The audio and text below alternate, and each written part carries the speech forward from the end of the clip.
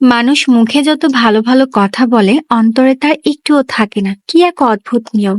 একটু স্বার্থে আঘাত লাগলে চেনা মানুষগুলো কেমন অচেনা হয়ে যায়। আলহামদুলিল্লাহ, সময় আমাকে অনেক কিছু শিখিয়েছে। যাই হোক, আজকে বাসায় যতগুলো ময়লা কাপড় চোপড় ছিল সবকিছু পরিষ্কার করতে হবে, সাথে পুরো বাসাটা আবারও ঝেড়ে মুছে পরিষ্কার করতে হবে। ঈদের 2-3 দিন আগে থেকে বাসায় কাজ করে যেন শেষই করতে পারি না। যদিও প্রত্যেকদিন সাহারি খাওয়ার পরে আমি আমার কাজগুলো একটু একটু করে এগিয়ে রেখেছি। আমি ইচ্ছে করে বিছানার চাদর, বালিশের কাভার, জানালার পর্দা এগুলো দেরি করে পরিষ্কার করছি। আমার তো মনে হয় বেশিরভাগ মানুষ আমার মতোই ঈদের 1-2 দিন আগে বিছানার চাদর পরিষ্কার করে। রাতে সাহারি খাওয়ার পরে আমি বাড়ি ঘরের ঝুলটা পরিষ্কার করে নিয়েছি, এখন শুধু ঝাড়ু দিয়ে মুছতে হবে। তার আগে আমি ময়লা কাপড় চোপড় গুলোকে ডিটারজেন্টে ভিজিয়ে রাখবো। আমাকে এইসব কাজ করতে দেখলে আমার বুড়িটাও আমাকে বলে, মা আমিও তোমাকে সাহায্য করব। এই কথা বলবে আর আমার সাথে সাথে থাকবে। আচ্ছা আপনারাই বলেন তো, এইটুকু একটা বুড়ি আমাকে এইসব কাজে কি সাহায্য করবে? এইদিকে পর্দাটা খুলতে খুলতে এইভাবে আটকে গিয়েছে, কি একটা অবস্থা। সিনেমায় দেখেছি নায়িকা যখনই এই টাইপের বিপদে পড়তো হিরো এসে উদ্ধার করতো।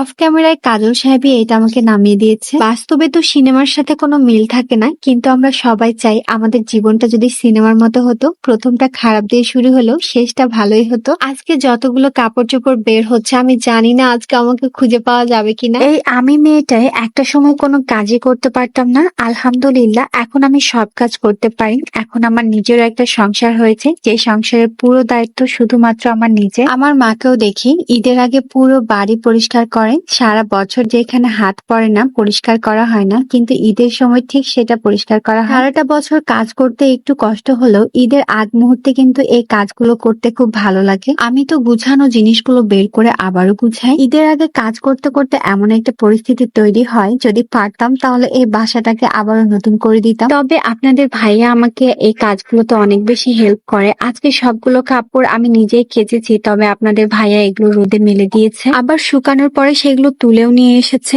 যেদিন অনেক বেশি কাজ থাকে, অনেক ব্যস্ত থাকি, সেই দিন কেউ যদি একটু হেল্প করে তাহলেও মনে হয় যেন অনেকখানি হেল্প হয়ে গিয়েছে। আমার 5 মিনিটের কাজ করতে 7 মিনিট লাগে, কারণ আমার একটা ছোট বাচ্চা আছে। যার ঘরে একটা ছোট্ট বাচ্চা আছে সে জানে একটা কাজ করতে গেলে তাকে কত রকম বাধার সম্মুখে পড়তে হয়। এখন ঘড়িতে বাজে 3টা, আমি এই মাত্র আমার সব কাজ শেষ করে গোসল দিয়ে আসলাম, এখন একটু ফ্রেশ লাগছে। কি অদ্ভুত ব্যাপার, এতগুলো কাজ করলাম তারপরে একটুও ক্লান্ত মনে হচ্ছে না। চুলটা শুকানোর পরে আবারও রান্না বান্না করতে চলে যাব। আজকে সারাটা দিন তো কাজের মধ্যে পার করলাম। আমার এই বাসার কাজ সবকিছু কমপ্লিট। এখন আমরা গ্রামের বাড়িতে ঈদ করতে যাওয়ার জন্য প্রস্তুতি নিব। সবকিছু ঠিক থাকলে আমরা কালকে রওনা দিয়ে দিব আমাদের গ্রামের বাড়িতে। তো কালকে থেকে আমার ভিডিওতে থাকবে আমার গ্রামের বাড়ি। সবাই দোয়া করবেন যেন সহি সালামতে বাসায় পৌঁছাতে পারি। আজকে এখানেই শেষ করছি। আল্লাহ হাফেজ।